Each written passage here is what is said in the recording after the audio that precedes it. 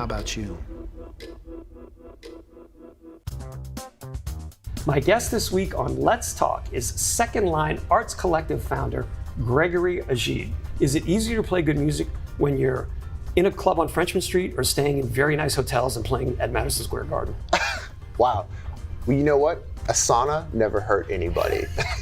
So I'm going to go with the hotels. Sauna never hurt anybody. All right, there you go. More real world tales from the music business this week on Let's Talk.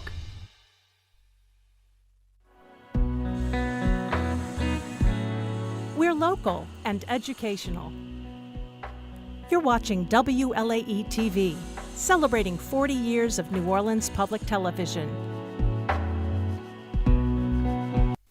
Inside New Orleans Sports with Eric Asher is underwritten by... At Villeries Florist, we deliver the magic of flowers 7 days a week to the North Shore and South Shore in the New Orleans area. Whether it's for birthday parties, baby celebrations, Villeries provides colorful floral displays for all. With a store full of fresh-cut flowers, exotic tropical flowers, orchids, roses, and even fruit baskets, our goal is to make your vision a reality. Villeries Florist, proudly serving Louisiana since 1969. Dave Niet Insurance Agency. Auto, home, flood, business, 504-556-0809. Dave Niet, INSagency.com. CNC Drugs is a family-owned pharmacy that's been serving Southeast Louisiana for over 50 years. Whether you need help taking care of an elderly family member, a growing child, or even a pet, CNC provides patient-centered care for your entire family. CNC Drugs, large enough to serve you, small enough to know you. Locations in Mandeville and Araby.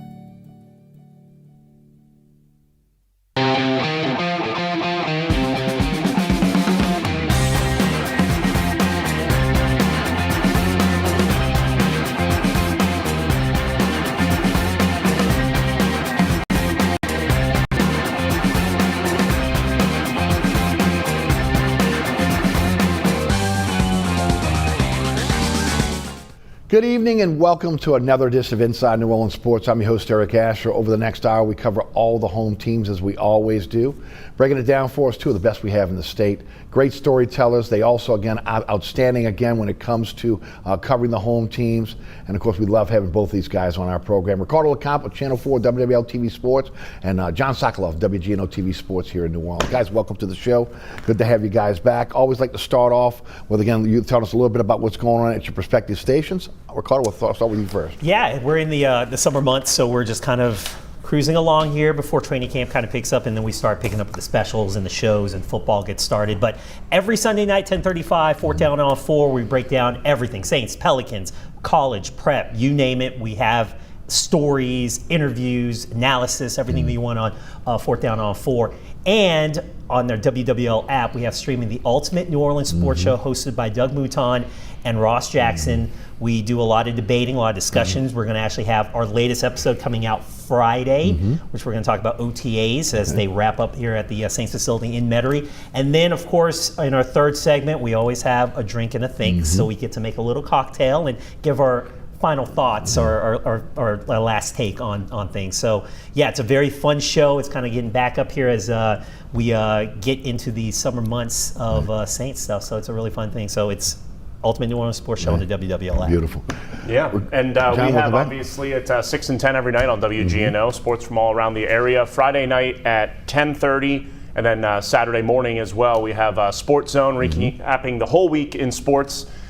Saints, Pels, LSU, Tulane, everything, you name it. It's all there. And also, on our website, WGNO.com/sports, everything that we do that you're not able to catch on the air, it's all on our website, so you can find it all over there. Want to talk about a little bit of podcast? A little bit on with a lot of our CTV content to reach our digital audience as well. That's a big thing as well. We've been taping those on Friday at 2, so on CTV on WGNO Plus. Yes. You can find what's going on. That's our first one, and we have way more podcasts coming over the next couple weeks as we really hard launch on there. That's awesome. Let's start with the New Orleans Saints.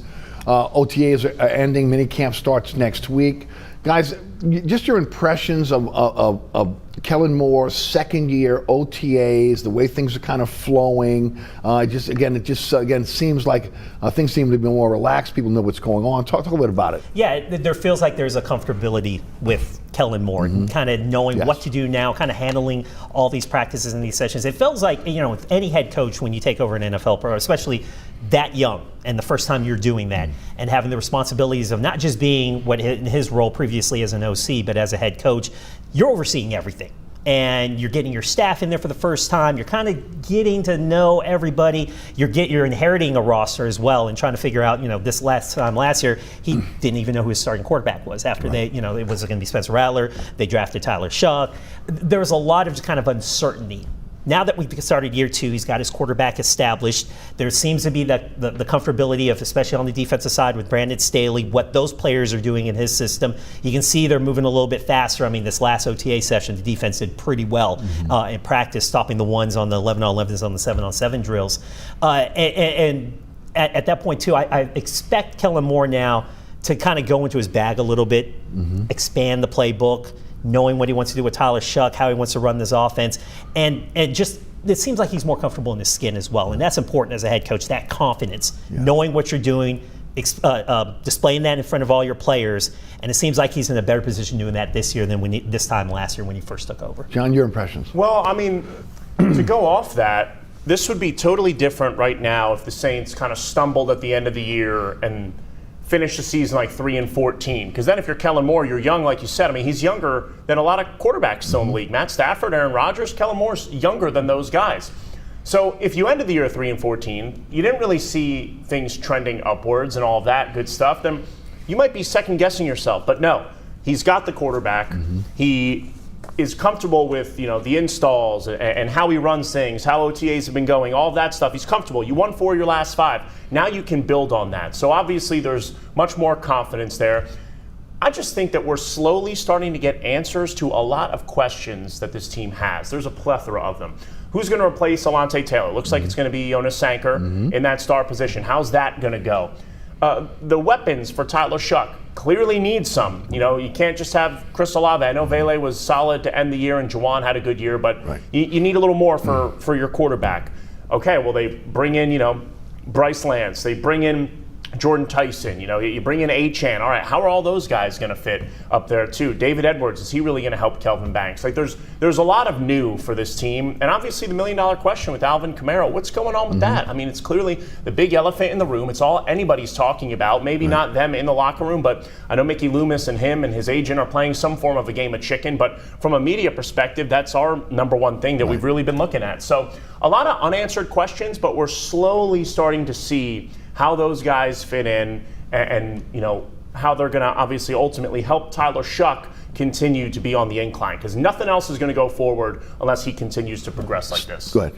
No, and I was going to say kind of to that point, one of the big questions is that veteran leadership. Who's going to take over as those leaders? Because you don't have Cam Jordan there right now, and the Saints want him back. And it feels still kind of like trending like, hey, he doesn't necessarily need to be in this offseason program, or once training camp starts, maybe he feels like, hey, you know what, this deal is probably the only best deal I'm going to get around the league and from anybody else, so maybe I'll take that. But yeah, you don't know the future of Alvin Kamara, who is a big voice in that locker room for years. DeMario Davis has gone to the Jets as well. So you've lost a lot of leaders. So who steps into those leadership roles? And it feels like the onus, as you mentioned, Tyler Shuck in that second year, you want to make that leap second year. It's not just the play on the field, but it's you commanding the huddle, commanding this team, being that leader of the team. He's got to make that step, and it feels like so far he's trending in the right direction to do that. And you got to find those other guys. Like, is it a David Edwards that you just brought in, who can kind of be the offensive line with Eric McCoy to be the leaders up front? Defensively, is it a Justin Reed that kind of takes over and becomes that voice as a leader?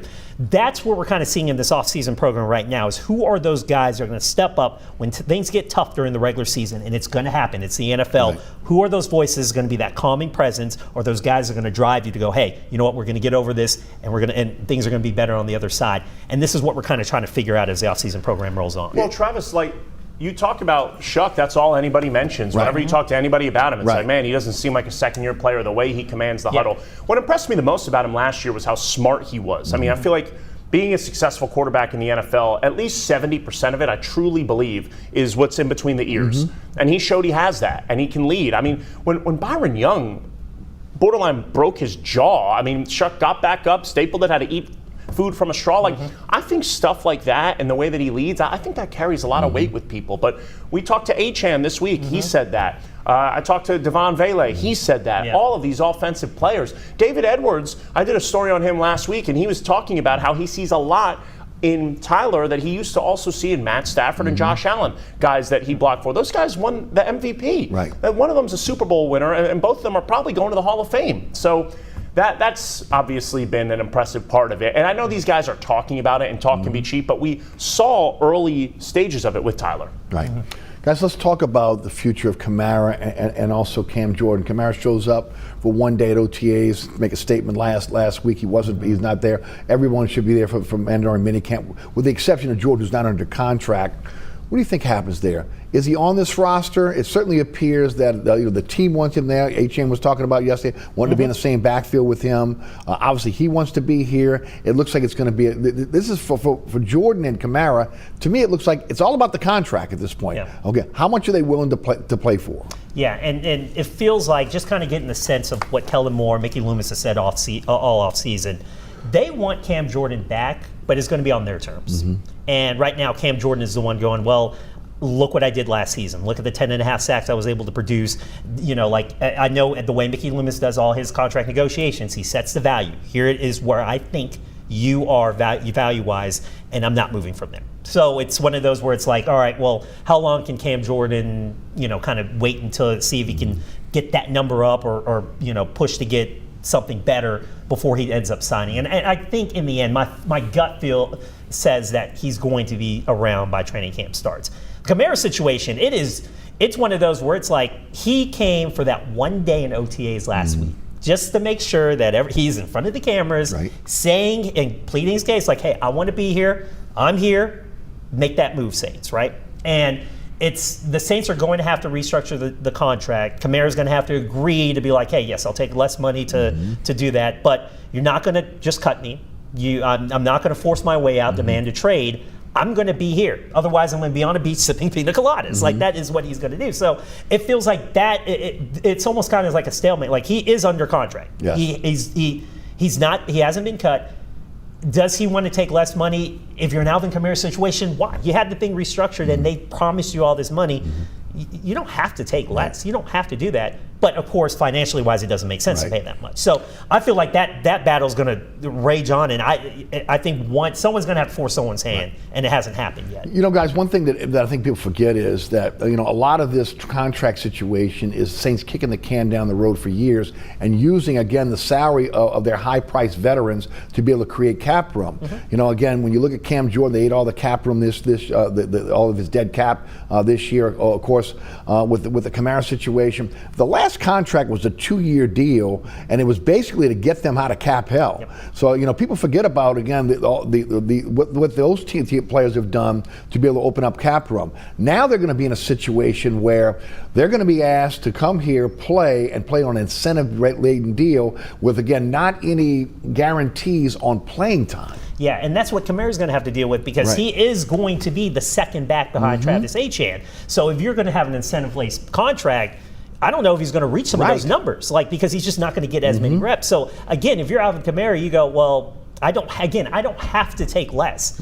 This is I have done my part and been a team player and taken these restructured contracts. Yes. So now that we're at the end of this, why not get my my multi-million-dollar deal? Why not? So again, it's or at least give me what you owe me. Or at least what you owe me. So it's like they're going to battle back and forth, and I don't know which side is going to yield first, and we're going to have to just wait and see what happens before the season starts. It's kind of hard to tell and I'll start with Kamara. It's kind of hard to tell who has more leverage because from his perspective, he's shown up to OTAs for the first time since 2019. He's talking with us. He's saying all the right things. I'll play whatever role. I'll be the number 2 back. I'll be a 1-2 punch. I did it with Mark Ingram. I did it with Latavius Murray. Let's do it again. I'll do whatever it takes to win. I love it here. I want to be here. Forcing their hand publicly. And Ricardo, we sit next to each other at these games. Who's the guy that the players get the loudest for when he runs out of the tunnel? Alvin Kamara, even when he was struggling last year, So that's just part of it. So I don't know if it's, hey, I'm forcing your hand. Let's figure this out. Let's see. We're not playing chicken. I'm not going to who knows what the impasse is? Maybe Loomis is saying, okay, we want you to take X amount of a pay cut. He says, no, meet me in the middle, and Loomis doesn't want to cut him just yet. Who knows? It could be that. But I'm not sure if Kamara has more of the leverage on that regard the longer this drags out, or if you're Mickey Loomis and the longer this drags out, I mean, if you're thinking from Kamara's side, you could cut him, and then all these other teams are basically solidified. So they're not going to be looking to, they might not be looking to give him a nice amount of money to come and join their team. So that's the thing of chicken right there. It's like, who's basically going to strike first and really make some leeway into making a decision, because they have to. I mean, it's got to be a distraction. What if you're Devin Neal? Like, what are you thinking right now? Audric Estime. I mean, I'm sure that's not who Mickey Loomis is losing sleep over at night. But I mean, it's not fair to some of those other guys. They need to be able to move forward, knowing who's on it from a personnel side. I think with Cam, I don't want to say it's like a game of roulette, but on Teron Armstead's podcast, he said he was like considering 3 offers from a couple different teams. Right. And if you're him, a year ago, he took a big pay cut to come back after he had a bad year in a scheme that he thought was awful. I mean, we heard his thoughts on the old defensive line coach. Yep, So, Todd Grantham. Yeah, Todd Grantham at Oklahoma State, or who went to Oklahoma State from there. I don't know where he is now. But so, Cam, if you're like, hey, I did y'all a huge favor. I came back. I had 10.5 sacks. I have a lot of equity with this organization. And this is what I think I'm worth. I'm waiting around to see if the offers will get more from somewhere else, because he said he's considering 3 teams. Okay, so what happens if a month from now in training camp one of those teams suffers an injury? Right. Edge rusher goes out. Like, all right, Cam, we're going to meet your price. Let's go. Come sign here. Then he goes back to Mickey Loomis. All right, here's this deal I have offered. I'm going to sign it unless you guys match, and then it's up to him. So who knows? But also, what happens if those other teams plug in those gaps? Right. Cam goes back to that offer, and maybe Mickey Loomis moves it down a little bit more and says, all right, well, I know that you don't have anywhere else to go at this stage because it's so late, so maybe we can offer you a little less money. So I think for him, he probably has a hard deadline in his head with his agent, and then they're kind of go from there to see if that offer from the other 2 teams will maybe increase. Yeah, it's hard for in the Cam Jordan point. It's still a 37-year-old who's kind of on the decline, on the back end of his career.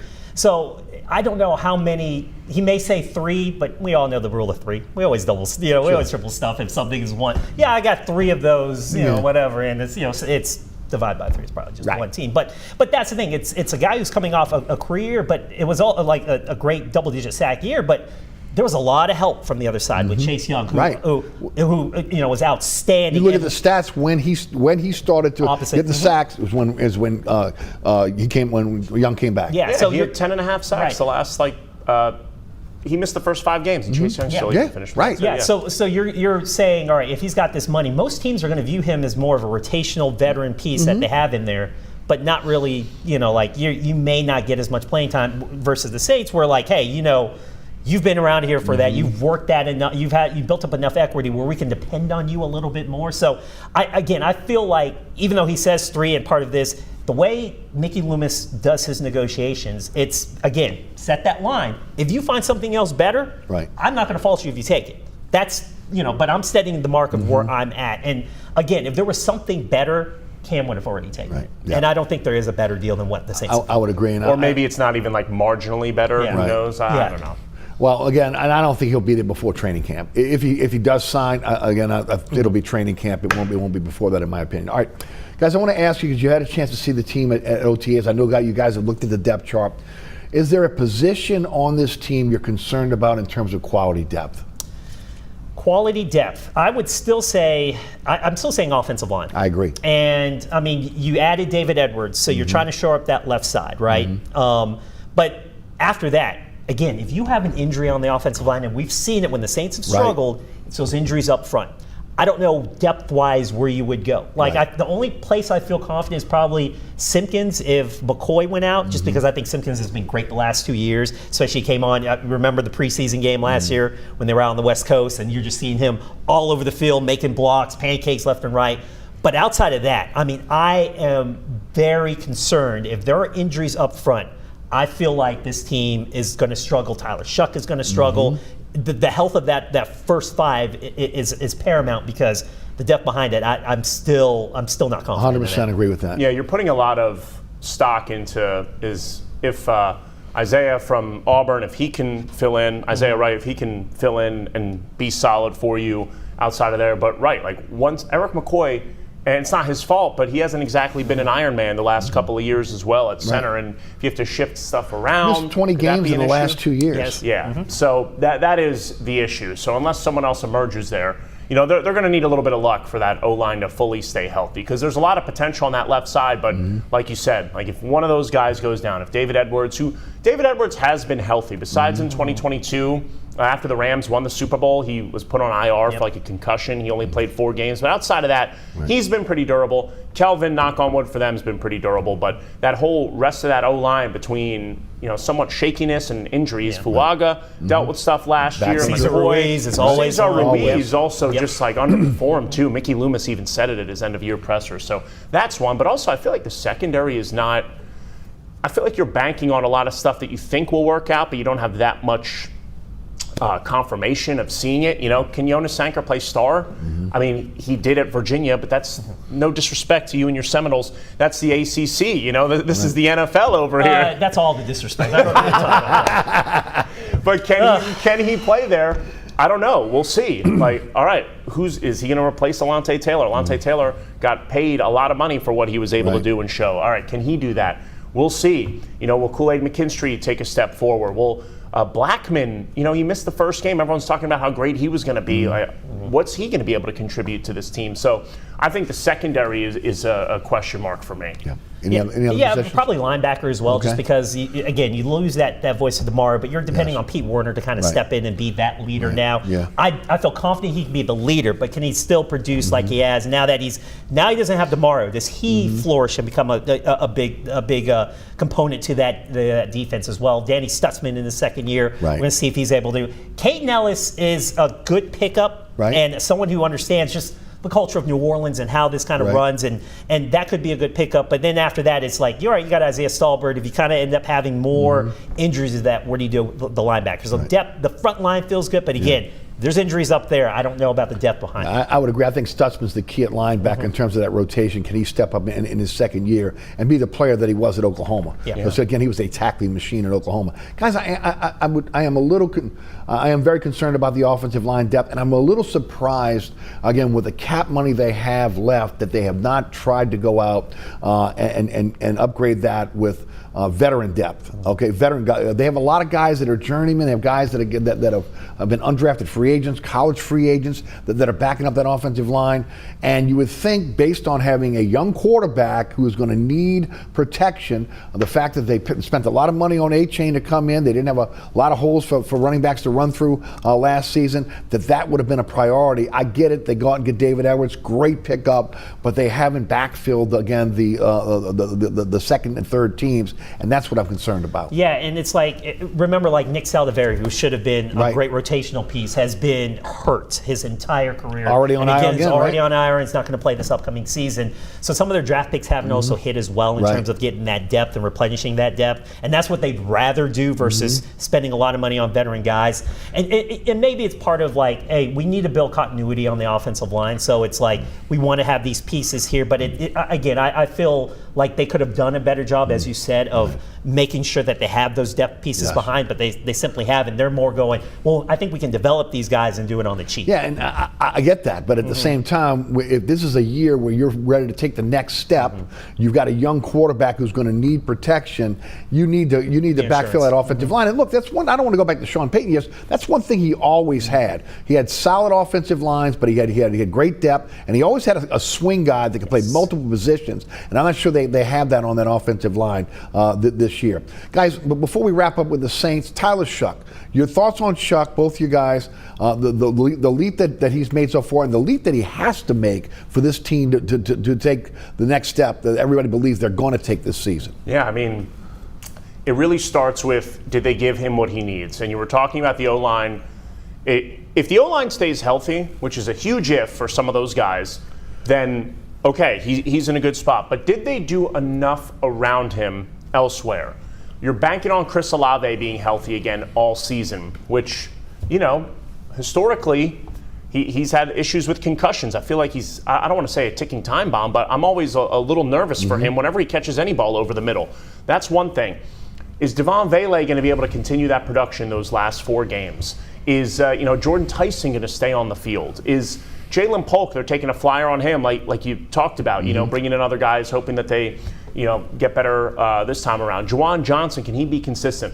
I feel like you can talk yourself into those guys, but the only surefire, like bona fide stud offensive players and weapons that they have in there, it's really Achane and Olave when he's out there, which he was last year. But otherwise, you're just hoping that those guys can take a big step up. Bryce Lance, okay, maybe, 4th round pick, North Dakota State, this is a lot different. So I think they're trying to put him in a better position. I also think that the receiver market was just not good this year. Like, what were you going to do? Sign Mike Evans? I don't know. Jennings or something. Juwan Jennings, stuff that you would have had to overpay for that wouldn't have really been worth it, I think. So I think they were trying to get creative to give him more weapons, but I think they're set up better from a skill position standpoint this year than they were a year ago in that regard, obviously. So I think that'll help him in year 2. And again, like we talked about at the beginning of the show, he won 4 of his last 5. He was starting to win games. And this kid's demeanor, we would see him on Wednesday afternoons, whether he lost the game at the Rams, whether he had just lost the starting job. Tyler Shuck spoke to us right after Kellen Moore announced Spencer Rattler was the guy. Tyler Shuck sounded the same in that press conference as he did, after he won 4 or 5 games. The guy has a great headspace. He keeps everything, forward. He doesn't get it too in his head about stuff. So he's shown us all the right stuff in a small sample size, and now they gave him a little more help. Now it's about, okay, year 2, step forward. Can you continue to, and not get too complacent and not think that you're, some cocky guy, which based on how he's spoken to us before, I don't think so. Because we see a lot of guys in the NFL that get a huge head after a great rookie year, and then they kind of regress a little bit after that. Look at a guy like C.J. Stroud. Look at, some other players. But I don't think Tyler Shuck will ever, mentally think that he's anything way bigger than he actually is. Yeah, I don't think most of the players who talk about Tyler Shuck are being disingenuous when they describe the type of person Tyler is. Talking to David Edwards yesterday, and he had his locker. He could have been with most of the offensive linemen are still grouped together in the locker room. He asked if he can have his locker room next to Tyler Shuck, and the team granted it. So his locker is right next to Tyler Shuck, and he did that because he wanted to make sure, like he's like, as long as we're building a relationship and the chemistry on the field, but I wanted to kind of get his story, get to just understand the type of person he is, and he went on and raved about his character and the type of stuff off the field that makes up him as a person, and that stuff that would translate on the field to be an on-field success. When you're talking about all these free agents in this offseason, like a Travis Achane, like a David Edwards, Noah Fant, guys who were like, I was excited to see what Tyler Shuck did at the end of last year, and that gave me hope that the Saints are kind of ascending, slowly a team that could be ascending, and I wanted to be part of this program. The second they got there and met Tyler Shuck, they were basically like, this dude is great. This is a good dude. And we have seen he's the type of person that can, cross different cultures, different people. Like, everybody likes him. It doesn't matter political affiliation or whatever. Like, everybody is behind this guy. And that does serve him well because last year at this time, you didn't have your quarterback. You didn't have that guy that was the leader. And now in year 2, as he becomes more comfortable in running the team, he has taken those steps as becoming that leader, getting everyone galvanized, the guys that are rallying around him. And it feels like if that kind of momentum and that feeling of him continues, and they have that united front behind Tyler Shuck, that is nothing but great news for the team moving forward, for a team that's trying to take that next step. So as I look at Tyler Shuck in year 2, not only is he going to have more comfort in him and watching him and Kellen Moore collaborate a lot on the offense and what they're going to run with 3 tight ends, with like different things that you're going to see on the field, I think him as a leader, he's making those steps and growing into becoming that guy who eventually can be your superstar, a guy who could be the face of the league, because he's doing all the right things right now, and teammates are raving about him. Even for guys who don't know him and guys who have seen him, they're seeing that growth. And they're also, I feel like they see that growth and they're optimistic for that, but also this division, it's right there for the taking, man. I mean, the NFC South is always bad, but it's hard to say that it's worse than what it's about to be this year outside of the Saints. The Bucks imploded last year. Now Baker Mayfield won $65 million per year. They're at a huge impasse. They're declining. You have Carolina, they won the division. Okay, does anyone really believe in Bryce Young? I don't. They're beatable. The Saints went 2-0 against them. And then the Falcons, they are thinking that, okay, to win a Super Bowl, you need to have as many left-handed quarterbacks on your roster if you can. Load them up. And that's their, Lombardi Trophy mentality. While they have Stefanski, who I think is a great coach. Yes. I mean, they don't really have an answer at quarterback. Penix regressed too. So if you're Tyler Shuck and you're these players, based on what you've seen, you're confident, but also you think, okay, winning this division, it's not that far out of the question. No, I would agree. And the biggest scary thing about Atlanta is the new head coach. Yeah. Yeah, Kevin Stefanski is wonderful. Like, he's a really two-time NFL coach of the year. Like, he knows what's Cleveland doing, man? With Cleveland. Yes. Cleveland, they fire him. Cleveland did Cleveland. That's what they did. Cleveland did Cleveland, but it was so funny. I saw a tweet, and I forget who posted it. It was the funniest part. It was like, the Browns fire Kevin Stefanski. Now Kevin Stefanski is the hottest coaching candidate, and the Browns are the worst opening. Right. Oh, man. It's so true. Because Atlanta's had talent. Yeah. They just haven't been able to put it together. Yeah. So now they got a coach. So again, hopefully that won't happen anytime soon. All right, we're going to take a break here. Hear from our underwriters. Tonight's panel: Ricardo LeCompte, Channel 4 Sports; John Sokoloff of WGNO-TV Sports. We come back. We'll talk Pelicans. We'll talk also about the LSU Tulane, and we'll also talk about Loyola moving into Division II. You're watching Inside New Orleans Sports. Stay tuned.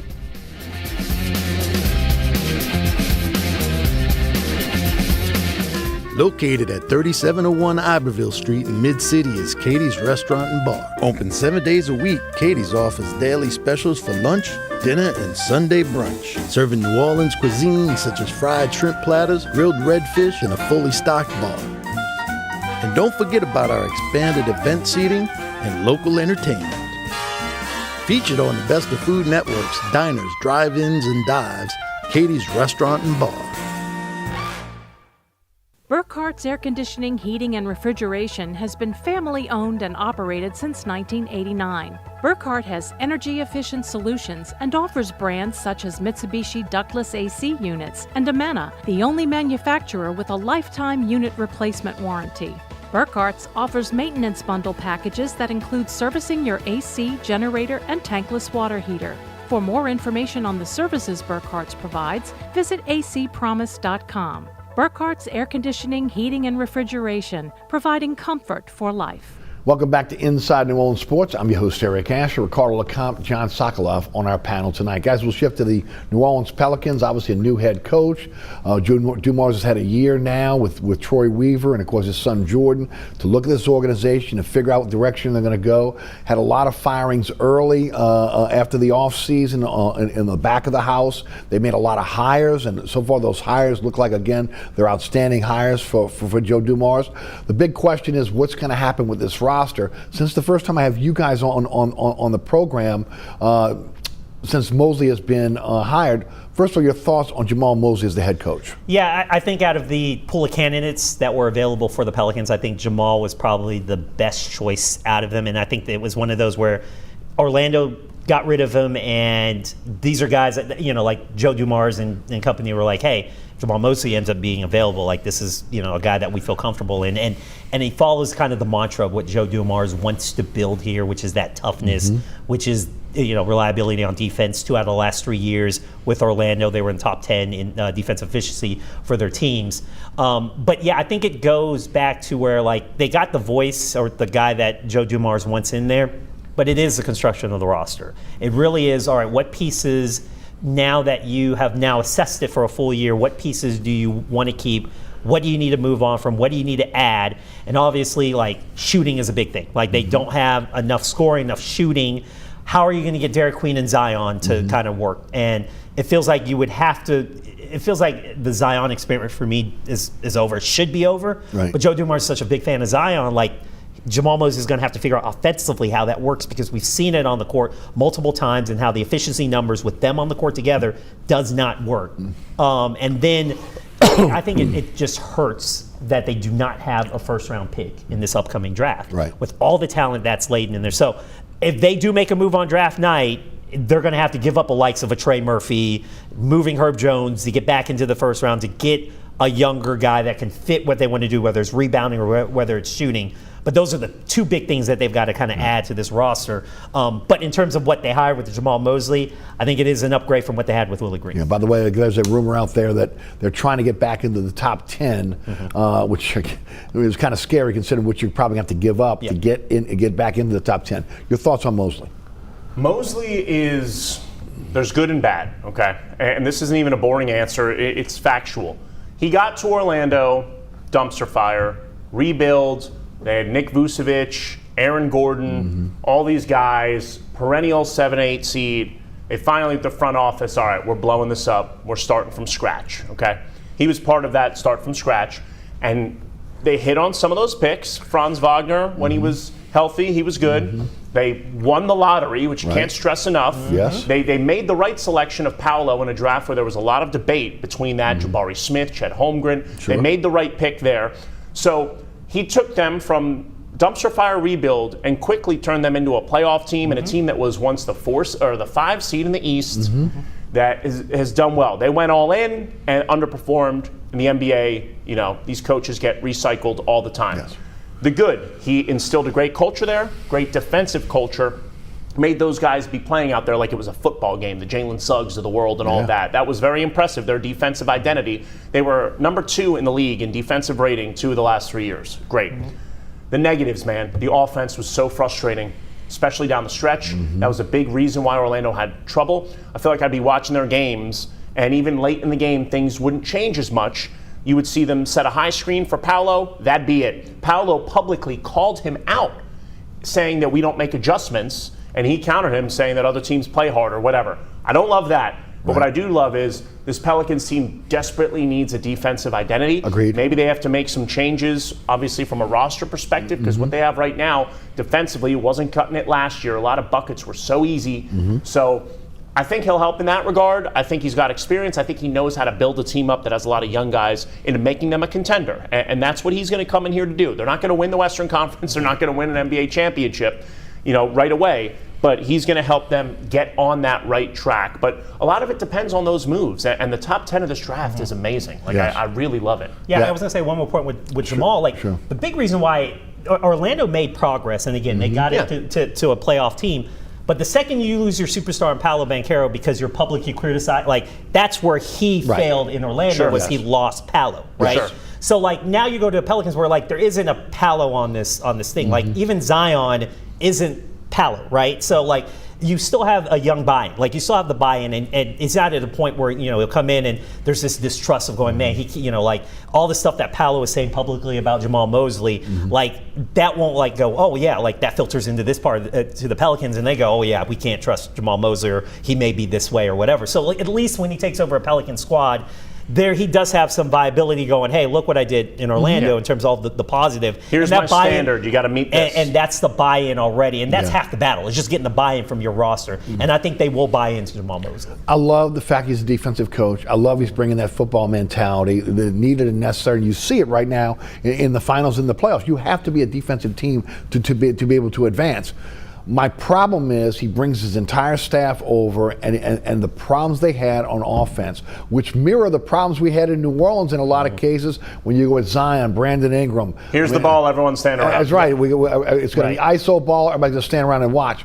That, to me, is the issue here, and that's what I would have liked to see to change. Out of all the guys that were out there, look, I wasn't really a fan of recycling a former head coach, but at the same time, I like what Mosley's brought to the table. I mean, I'm excited about him being the head coach because of that, because he's going to be a defensive-minded coach.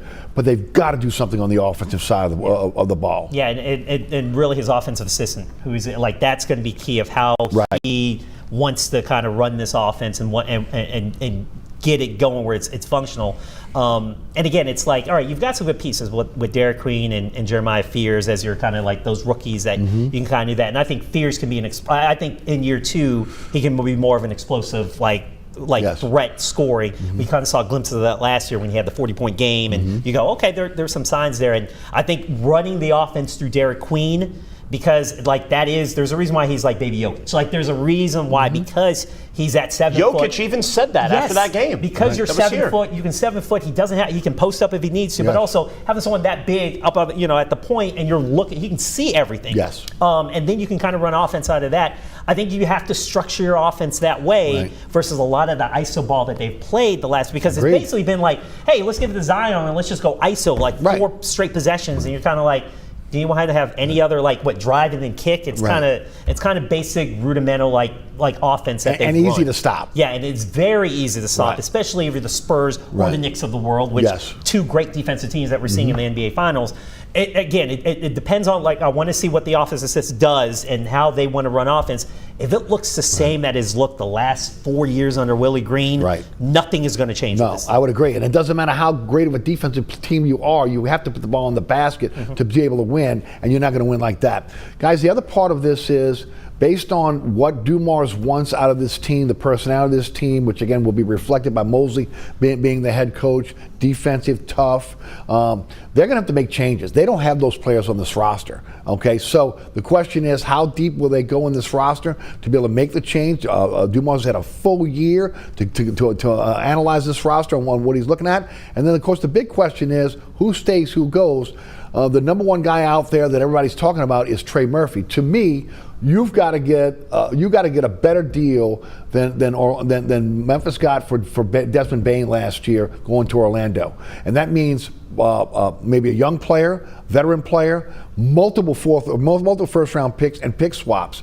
The question is, again, who's willing to give that up, and what can the Pelicans get for Trey Murphy? And then if you can't get that, are you better off staying with Trey Murphy? Well, the problem with this is, we hear from Joe Dumars all the time, and it's like, this team is close. And based on how he's acted since taking over and the moves he's made, he's not going to trade him just for first rounders and salary filler. That's not happening. Can't do it. No. That's not happening. So what team is going to give you those picks and also a good player if they're trying to also compete? You never really see that much of a great player for great player trade. It's kind of uncommon.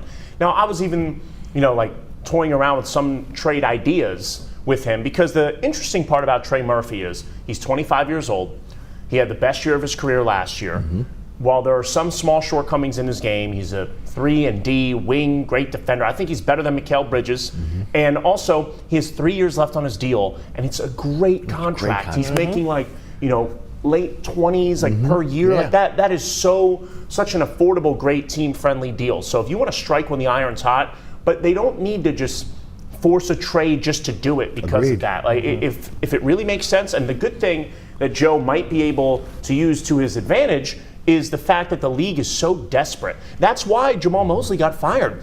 They traded all those picks for Bane. They said, all right, we are all in, and still underperformed. These teams get so desperate for this type of stuff. So Joe Dumars, if he's going to want to get picks and also player value for Trey, he's going to have to get really creative with a nice 3-team deal to get those draft picks in there, but also obviously to get a good player that can help fit what he's trying to do.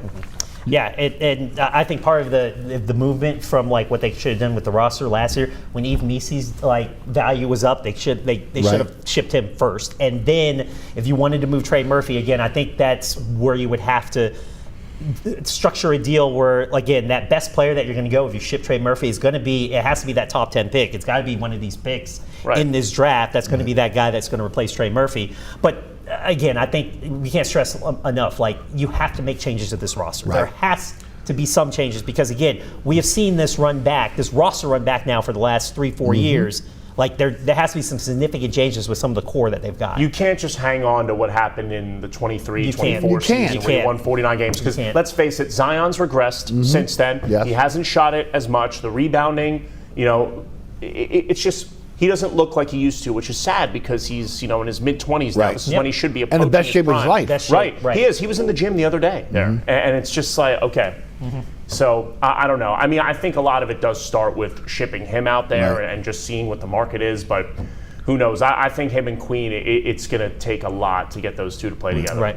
Yeah, I do think, again, when you look at this team this year and beyond, that the fans fell in love with certain players. Those players probably won't be here based on, again, the vision of Dumars for this franchise. Yeah, I mean, I don't feel like this organization is kind of tied into as much as like if Mickey Loomis with the Saints, for example, it's very hard for him to cut an Alvin Kamara or Cam Jordan. He doesn't want to do that because they have so much equity with the team or whatever. Meanwhile, the Pelicans, they traded a fan favorite, Jose Alvarado, right? Like they got some value there. Like I don't think Joe Dumars is necessarily afraid of hey, fans got an attachment to a player or whatever. Hey, we're going to ship for that. Right. And again, I feel like he can give up a Trey Murphy if there's a good deal for that. Like I don't see he will have an issue moving. He just needs to find the right deal and do it. I agree, and I also think that that would be selling high. That's why it's smart to really canvas things and see what's going on. Don't Herb Jones, just dumping him now would be selling him at his lowest. Like he hasn't been healthy, so let him show that he could stay healthy. Then maybe trade him after that. The Jaylen Brown thing never really made that much sense to me because you're not going to it's not just going to be a player for player swap. They're going to want Trey Murphy, they're going to want Herb Jones, they're going to want a couple of your unprotected first rounders and whatever. I have a rule of thumb: if Brad Stevens or Sam Presti calls you to try to trade, you don't do it. Right there, you see that? You see that? You hang up. You don't do it. You're like, okay, now I know that I should be hanging on to this piece. Right. Yeah. So I don't know. I mean, the one thing that was a little intriguing was potentially trading Trey Murphy to the Clippers for the 5th overall pick. And maybe like a sign-and trade, Ben Mathurin type of deal, but he kind of fits into the ISO, Zion, Brandon Ingram type of thing. So it's hard to find like a team-for-team trade. For Trey Murphy, Joe Dumars is going to have to really get creative. Well, I agree. It's going to be a multiple-team trade with most of the players that they have. But I do think this roster has to change. Guys, let's shift gears to the college game. And I want to start with Loyola moving from the NAIA to the NCAA Division II. Your thoughts? As someone who's covered the Division II level, it's one of those moves where like Loyola could have done this a while ago, and they're so competitive in a lot of sports that they're like, and making that transition, as we said, the comparison of NAIA to Division II, it's kind of almost at the same level in terms of where they're at. So the success they've had at the NAIA level, I feel like can translate to the NC Division II level. And the best thing about this is let's say if Kelly Kennedy wants to go play Kim Mulkey and LSU. In the past, it's an exhibition, get whooped by 80. Well, guess what? You're going to get whooped by 80, but get a $10,000 check with it. So it's that's the benefit of this. Make that move to Division II. You already have successful programs. Now you're actually getting into the real big money of the NCAA and really start funding better facilities, better better NIL deals and stuff. So I think it's a long overdue move for Loyola to do this, and I'm glad that it's finally going. We finally have it going. Yeah, me too. You look at their basketball championship that they won a few years ago. Every year those teams are competitive. I mean, that win streak that the women's team had this year was absolutely insane. So between those two sports, the baseball program, I feel like we're always over there covering a selection show of them going to the tournament. So I feel like they've earned this when it comes to, even if you want to just strictly look at their on the court or on the field result and how they've done. So now taking that next step forward, that's so huge for the program, for the city. So I'm very, very excited about them for sure, and they've earned it. Right. I want to go with basketball because I want to ask you guys about Will Wade and LSU, and of course putting together the team that he's putting together right now. First of all, we're not sure again all these players are going to be able to make it in terms of eligibility. But your thoughts on what he's done? You know what? That is just Will Wade. Has he called you at all, by the way? Because you got some eligibility left. You can file an appeal with the NCAA and go play. If I had NBA experience or overseas experience, that's a big thing. If you were a pro. If I was a pro, or I had a run in summer league in Vegas. There you go. You did too, John. Of course. A little summer league run, made a little, maybe with a little two-way while we're contract. at it, Zion's got 3 years of eligibility left if he wants to go back to college. Hey, Zion may be doing better at LSU than at the Pelicans, so why not?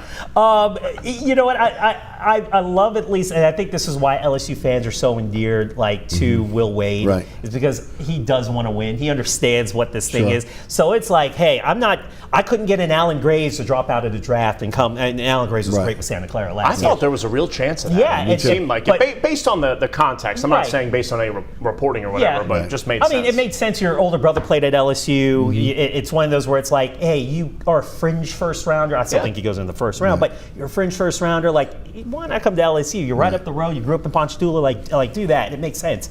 It's one of those where Will Wade's going to win at any cost. He's going to push the envelope on what he can do. He's going to give you a strong offer for a lot of players anymore. Now legal, by the way. 2020, Now it's legal. It's NIL. I mean, this is what he's been doing and how he's been able to build winners. So, until the courts say, hey, you can't do this, until the NCAA says, hey, we're being forced not to do this, he's going to push the envelope and try to build this roster to compete. And then ultimately, in the end, with all of the amount of money LSU is giving for from buyouts to what they're paying these high-profile coaches in every single sport, you've got to produce right away. And I don't fault Will Wade for trying to do that.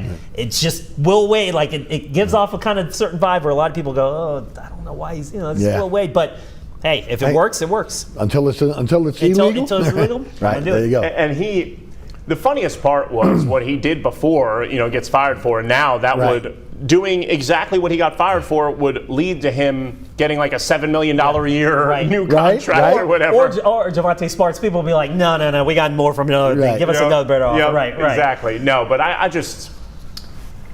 he made LSU men's basketball, so relevant. And you think about what it's been like since he's been gone, and it's been really brutal. And I know McMahon had a lot of bad luck too, but at some point, you have to make a change. And it's one of those I covered some of those games last year. That arena was empty. Right.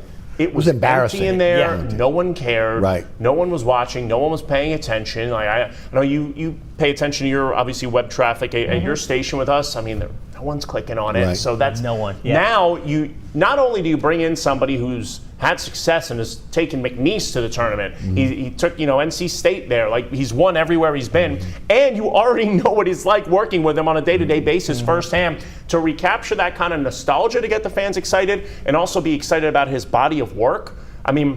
LSU fans should be nothing but pumped about this. Truly. Yeah, it's one thing, and I love that what Kim Mulkey's done for women's basketball and how the arena, when they're playing high-profile teams like a South Carolina, it's great. When men's basketball is great at LSU, oh my goodness, how fanatical Baton Rouge or in the entire state gets when LSU is good. I'm still remember those Final Four runs. This is way back when I was covering it. Was in Baton Rouge, covered John Brady's Final Four team. It's palpable how crazy and fanatic they are when LSU basketball is good. The runs that they were making when Will Wade was here and they went to the Sweet 16, that run, watching the PMAC packed every night, that is what's missing. And ultimately, that's what LSU wants to get to. And it is kind of as you said, recapturing that nostalgia of what Will Wade brought. Why not try it again, especially since you now have the resources to do it, and his methods are now legal. Yes. So, yes, go ahead and why not hire him back again and get LSU back to where it used to be. I would agree. Guys, both of you guys have been out to Tulane spring practice, been watching what Will Hall has done. John, I'll take you first. Your thoughts on this Tulane team? I think there's a lot of questions about the quarterback position. I think Zion Chris Gremion his hamstring was a little messed up. He didn't have that much of an option. I think there's a real chance one of these young guys is going to emerge. I don't know if Caden Simmons is going to be the guy. I'm not quite sure who the starting quarterback will be there, but it could be one of these, younger players that goes out there and ends up winning it. I think they have some very nice skill position guys. I really like them getting Jalen Lucas, obviously a former Car guy, and Destin Hill, former one as well. I think those guys are proven guys with experience that can come and give this offense even more of an identity. I think Will Hall's identity with that will be good. Defensively, they've got some core players returning that people can be excited about.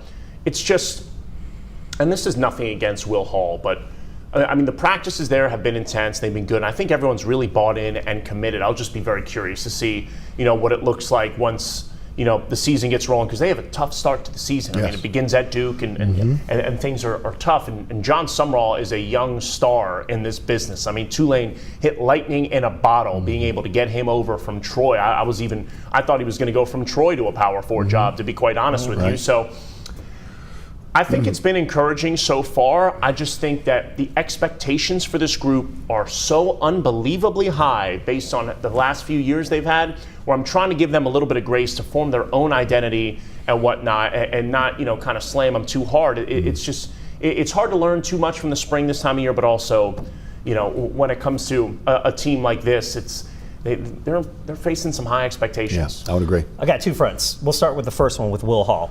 And he said all the right things in the spring and the offseason of learning from his mistakes at Southern Miss and being able to now, as his second stint as a head coach, he can do better and kind of implement some of the things that he made mistakes there at Hattiesburg that he probably will not make it. He also has way more resources now compared to there. What he not even there, close. Right. Apples and oranges. So it is a matter of, has he learned when we get into the situation, we get into the season, and what he needs to do to kind of manage that and be successful? Can he do that? And the second part is, Tulane, because of these resources, they do have talent. Like, there is enough talent there every year they're going to be in contention to win a conference championship. I still think it always comes down to who they have at quarterback. Right. And that is the biggest question. And is it Kamen Samanza? Is it going to be Zion Chris Gremlin? I don't know. Or we're going to have a situation where 2 years ago when we had Darian Mensah out of nowhere in fall ball take over and win the starting job, that he ends up being, turning that into a great season, into a big NIL deal at Duke. They need to find that quarterback, because if they do not have that quarterback running that show, that's where Tulane's going to have that issue. And that's where they lucked out last year with Jake Retzloff being available after the whole situation with BYU, because they had questions at quarterback going into last year until that happened, and that fell into John Summerall's lap. They need to figure out that quarterback situation. Somebody's got to emerge from the pack, and someone's got to be a decent quarterback to run all of that, because that's going to be ultimately the success for Tulane, especially when you're playing at that level, is that you've got to have that part. If you have that part with the talent Tulane's got, they can win the conference. And I don't know if I'm being too negative by saying this, but Will Hall at the spring game said that 4, 5, 6 guys are in the mix. They're going to try to limit it to 4 soon. If you have that many guys you're considering, that's probably not a good sign. It could be John Curtis's Dagan Bruno. He arguably looked the best in the spring game. They've got a couple intriguing freshmen there who could be good. So I do agree with you. I think it's going to be somebody who's going to not randomly, but who's going to emerge from the shadows and really grab this thing by the horns. There was a lot of pressure on Summerall taking over for Fritz. Is there more pressure on Hall taking over for Summerall? Ooh, that's a good question. That's a good framing of that. I think it's the pressure is to continue what you were doing. I think Summerall, like, you're following Willie Fritz, but I think Summerall took it to even, like, he was able to say, because like the height of Fritz was winning the Cotton Bowl, right? So like Summerall took it that next step, college football playoff appearance, whatever. So like I feel like the expectation uptown is to get in contention, to be like, you want to be in that contention and get to the college football playoff. I don't know if you go the next step and going, hey, you win a first round game or anything. I don't know if they're on that level yet. But at least they don't. I think for Will Hall, the pressure is not to let this regress. That's the key. I agree.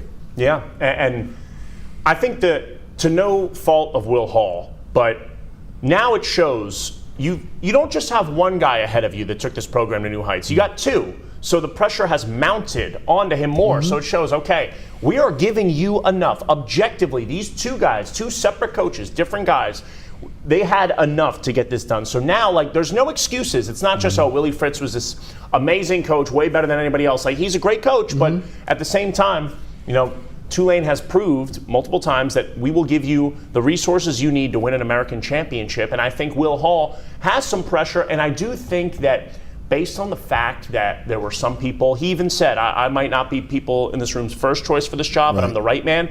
Maybe that adds a little bit of pressure to him as well. Yeah, it is that living up to what because Willie Fritz has had success outside after Tulane, right? I feel like John Summerall, and as much as I hate saying this, he can make Florida really well, and I don't like saying that. Yeah, he almost vomited. You see his face. He's so pale right now. Really but at least we know, like, I feel like those 2 guys, they have had success outside of Tulane. Now you're going up with a head coach who, like, it felt like Willie Fritz was ascending. Every step Willie Fritz was ascending. Every step John Summerall has done is ascending. Will Hall went, this is the low of the low of the head coach.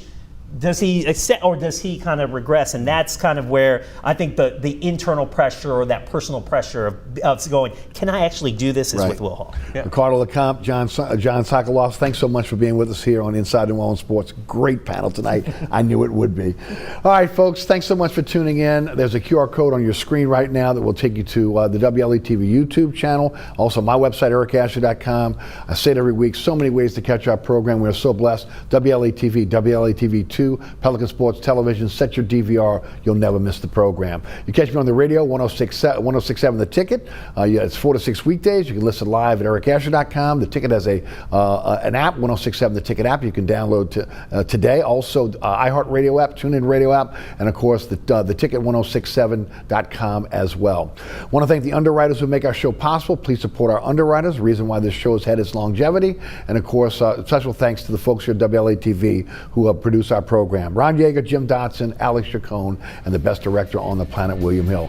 For Ricardo and John, I'm Eric Asher. Thanks so much for tuning in. We'll see you next week for another edition of Inside New Orleans Sports. Thanks for watching.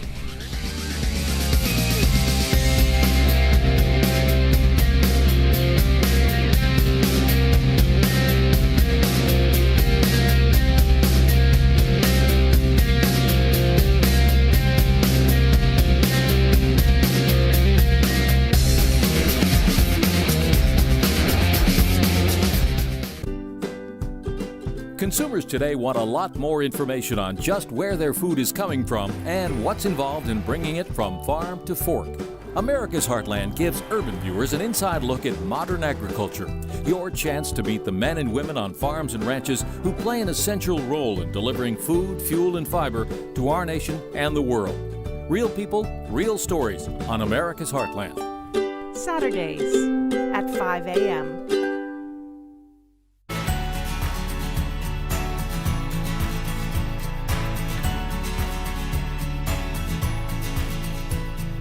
If you are somebody who is struggling, or if you know somebody who is, you're in the right place.